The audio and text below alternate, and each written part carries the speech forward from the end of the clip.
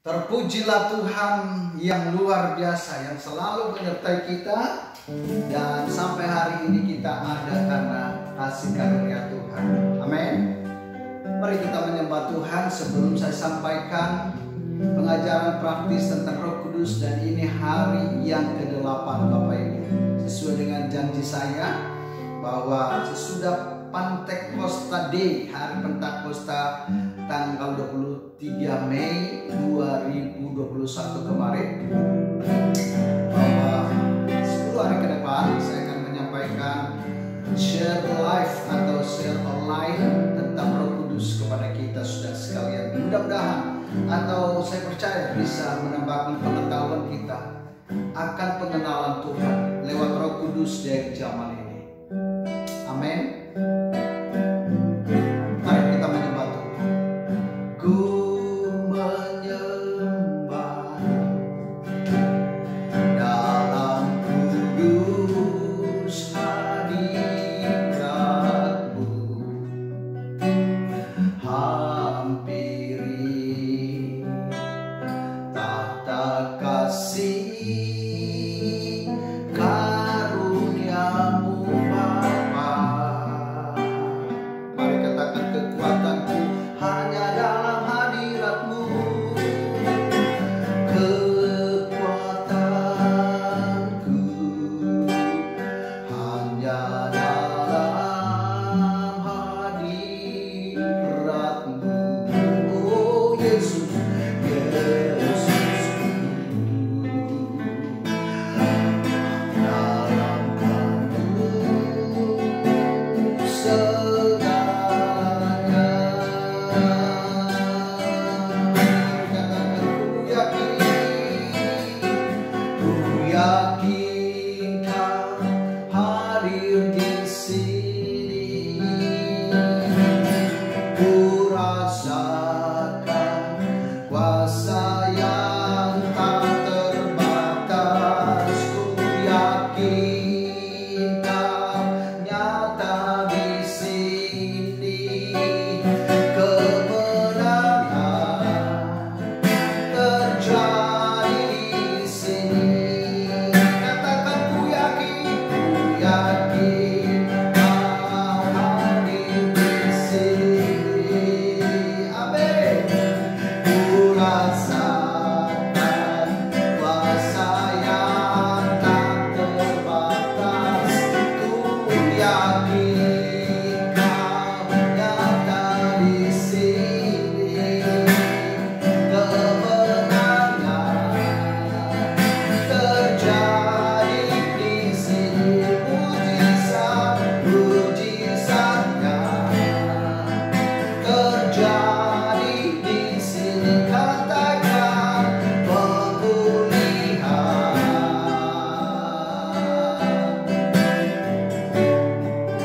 terjadi di sini. Haleluya. Kami sembah nama-Mu.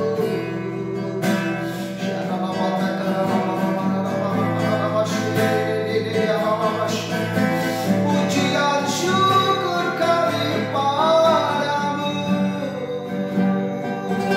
Mulialah nama-Mu Tuhan, agunglah kerajaan-Mu.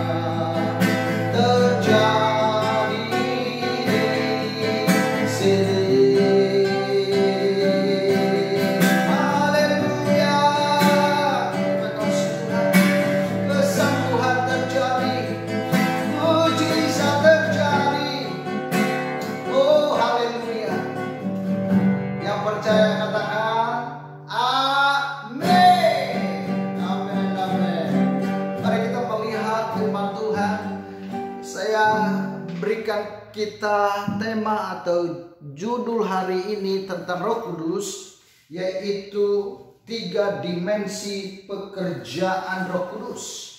3 dimensi pekerjaan Roh Kudus.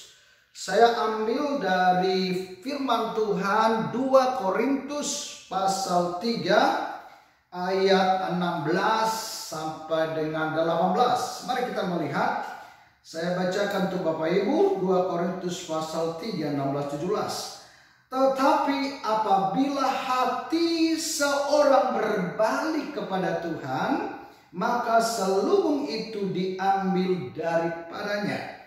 Sebab Tuhan adalah roh, dan di mana ada roh Allah, di situ ada kemerdekaan. Dan kita semua mencerminkan kemuliaan Tuhan dengan muka yang tidak terselubung. Dan karena kemuliaan itu datangnya dari Tuhan yang adalah roh, maka kita diubah menjadi serupa dengan gambarnya dalam kemuliaan yang semakin besar. Oh, haleluya. Nah, Bapak Ibu Saudara sekalian, Roh Kudus adalah Allah sendiri. Roh Kudus adalah Allah sendiri. Sejak dalam perjanjian lama, Roh Kudus sudah dibicarakan, sudah diinformasi, sudah dikasih tahu. Kejadian pasal 1. Pada mulanya Allah menciptakan langit dan bumi, dan Roh Allah melayang-layang. Nah, Bapak Ibu Saudara sekalian, jadi di bumi sudah ada sejak awal bumi ini, Roh Kudus sudah dibicarakan. Nah, Bapak Ibu Saudara sekalian dalam kasih Kristus, hari ini saya akan sampaikan 3 dimensi pekerjaan Roh Kudus, 3 saja, supaya kita jangan anggap remeh tentang Roh Kudus. Dan Roh Kudus itu adalah agen perubahan. Jadi sumber perubahan itu adalah dari Roh Kudus. Makanya Bapak Ibu mau berubah, harus touch dengan Roh Kudus, harus menerima, harus mau mengakui keberadaan Roh Kudus. Oke, jadi Bapak Ibu saudara sekalian, 3 dimensi ini. Yang pertama, saya bisa melihat di sini dikatakan bahwa ayat 16, apabila hati seorang berbalik kepada Tuhan, maka selubung itu diambil daripadanya. Ini yang pertama, langkah awal, langkah dasar menyentuh seseorang, selubung itu diambil daripadanya sehingga terbuka. Ini pekerjaan Roh Kudus, artinya kita mempersembahkan hati kita yang pertama. Jadi Tuhan touch dulu hati kita, maka kita mempersembahkan hati kita. Ini yang awalnya. Bapak Ibu, peperangan awal terjadi bukan melawan setan-setan, bukan melawan siapa-siapa musuh-musuh kita, tapi peperangan pertama adalah dalam hati. Ya kan? Kita ini kadang-kala paling sering, atau hati kita paling sering mendengar tentang hal-hal duniawi. Contohlah, misalnya saya mau tanya Bapak Ibu, kita lebih familiar setan atau familiar Roh Kudus? Kita lebih mengenal banyak atau mendengar banyak tentang apa? Setan atau Roh Kudus? Ya kan? Sampai Petrus aja mengakui bahwa ketika Yesus berjalan di atas air, ya kan? Dia bilang itu hantu. Coba. Mereka sudah melihat 3,5 tahun Yesus bagaimana membuat mujizat, mengadakan kedahsyatan, kemuliaan, dan keagungan. Tapi karena kita familiar, lebih banyak dikenal dari kecil saja mendengar tentang setan. Ketika Yesus hadir, kita katakan setan. Nah, Bapak Ibu Saudara sekalian, maka itu perlu waspada tentang itu. Waktu kecil aja saya sekolah minggu, Bapak Ibu, guru sekolah minggu udah mengajarkan apa? Dong, dong, dong, dong, dong. Awas iblis ada di kolong. Tuh. Anak Tuhan mau dicolong. Oh Tuhan, marilah tolong. Anak iblis ada di kolong. Ya saya berpikir kolong meja. Ya kita takut-takutin. Tetapi saya percaya Roh Kudus akan memberikan kita pengaruh lebih besar lagi tentang hal dirinya, supaya kita bisa mempersembahkan hati kita, Bapak Ibu ya. Iya. Nah, maka kalau hati kita sudah dijamah oleh Tuhan, Alkitab mencatat apa? Engkau bisa mengikat di bumi, dan apa yang kau diikat di bumi terikat di surga. Kita punya kuasa, Bapak Ibu. Jadi dimulai dari hati, supaya kita jangan mempersembahkan atau hati kita kepada yang lain ya. Nah, Bapak Ibu Saudara sekalian, ketika selubung itu dibukakan, maka engkau menerima keselamatan. Itu namanya orang yang menerimanya diberikan hak menjadi anak-anak Allah. Wow, dahsyat men. Ya, hati kita sudah dijamah oleh Tuhan, maka saya percaya kita akan masuk kepada level berikutnya. Sebab kalau tidak ada hati yang terbuka atau hati yang dibukakan oleh Roh Kudus, kita nggak bisa masuk ke level yang kedua, yang ketiga, yang berikutnya. Ketika kita dijamah oleh Tuhan, Alkitab mencatat tadi dikatakan bahwa level yang kedua atau dimensi yang kedua, yaitu ayat 17. Sebab Tuhan adalah roh, dan di mana ada roh Allah, di situ ada kemerdekaan. Nah, Bapak Ibu Saudara sekalian, sesudah kita dijamah oleh Tuhan, selubung itu dibukakan, maka kita mengalami sukacita.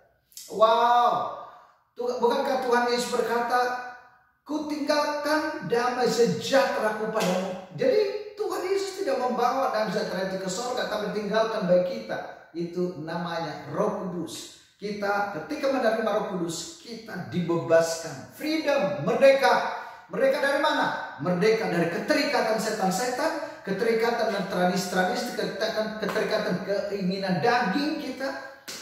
Nah, Bapak Ibu Saudara sekalian, jadi yang kedua ini, kita dimerdekakan. Ketika kita dimerdekakan, wah, apa yang terjadi?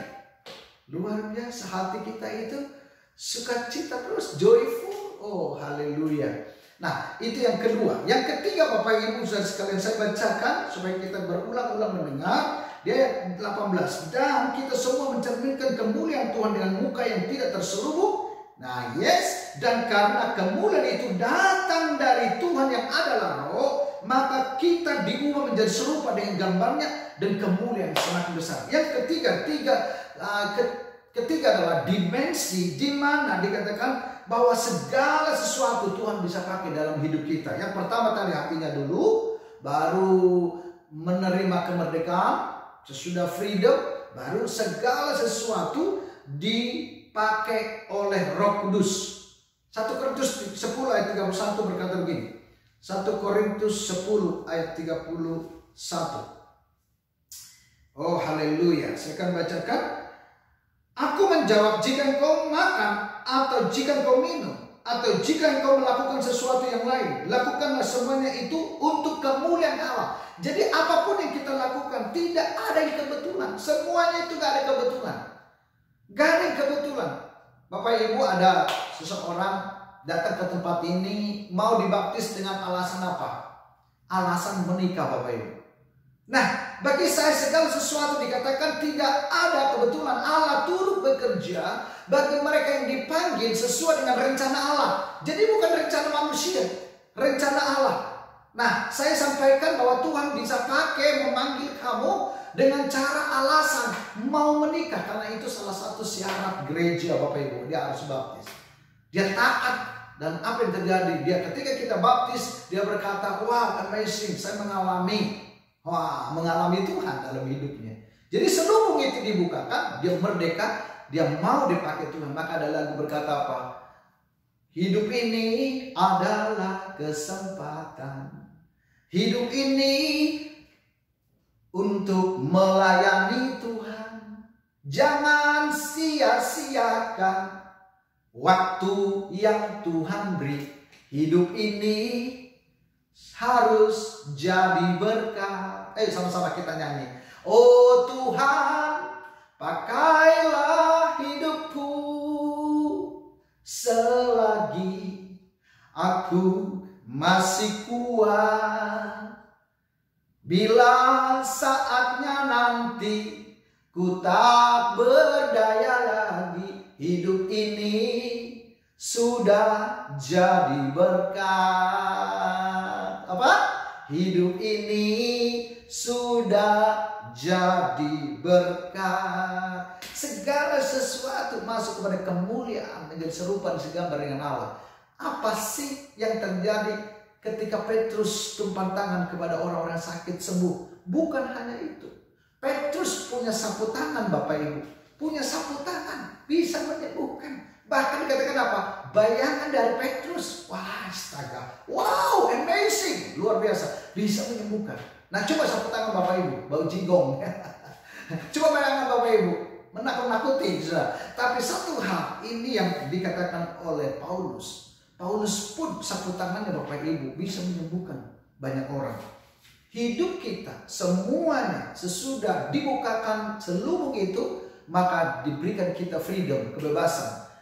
Bebas dari keterikatan, perjinahan, dosa-dosa apapun itu bentuknya. Dan kita mau dipakai oleh Tuhan luar biasa. Ini 3 dimensi pekerjaan Roh Kudus kita terima dalam hidup kekristenan kita. Saya percaya ketika kau mengerti ini, maka ambil keputusan. Oh, hidup saya sesudah dipanggil oleh Tuhan akan dipanggil untuk melayani sesuai dengan visi kita, trust spirit, dipanggil untuk melayani. Pastikan Bapak Ibu sekalian, ini pekerjaan Roh Kudus dalam hidup saudara. Jangan ragu lagi, sebab Tuhan mau pakai engkau menjadi berkat, banyak jiwa dimenangkan buat Kristus oleh Roh Kudus. Amin. Haleluya. Tuhan Yesus memberkati kita semua. Mari kita berdoa. Bapa di surga, biarlah kiranya video yang singkat ini yang berbicara tentang Roh Kudus boleh menjadi berkat bagi kami. Dibukakan sesuatu yang selama ini menutupi kami tentang ilah-ilah zaman ini, dan sekarang kami terbuka kepada-Mu Tuhan. Ya Allah, pakailah kami sesuai dengan rencana-Mu. Bapak mau berdoa untuk GB Trust Spirit dan cabang-cabangnya, jemaat Taman Surya 2. Ya, baikkan Trust Spirit, cabang-cabang yang lain. Tuhan jamah penuhkan Roh Kudus-Mu dari zaman ini. Ketika kami letih, lesu, lelah, berbeban berat, kami datang kepadamu dan Engkau membukakan sesuatu yang baik kami, yang memberikan kelegaan. Dalam nama Tuhan Yesus Kristus, Tuhan hamba-Mu mohon, kiranya janganlah ada satu jemaat-Mu yang disentuh corona. Tolonglah Tuhan, lindungi kami dari kejadian yang dunia sedang menerima timpaan ini. Kami yakin firman-Mu, Engkau tidak pernah meninggalkan kami Tuhan. Kalau ada yang sakit sidang umat-Mu, dalam nama Yesus sembuhkan. Kami yakin mujizat kesembuhan masih ada dalam nama Yesus. Terima kasih Tuhan, hari ini kami akan masuki dengan penyertaan Tuhan, dan kami tutup hari ini dengan penyertaan Tuhan yang luar biasa. Sehingga umat-Mu bekerja pulang membawa berkas-berkasnya. Terpujilah Tuhan yang luar biasa. Haleluya. Haleluya. Sama-sama kita katakan amin. Amin. Amin. Tuhan Yesus memberkati kita semua.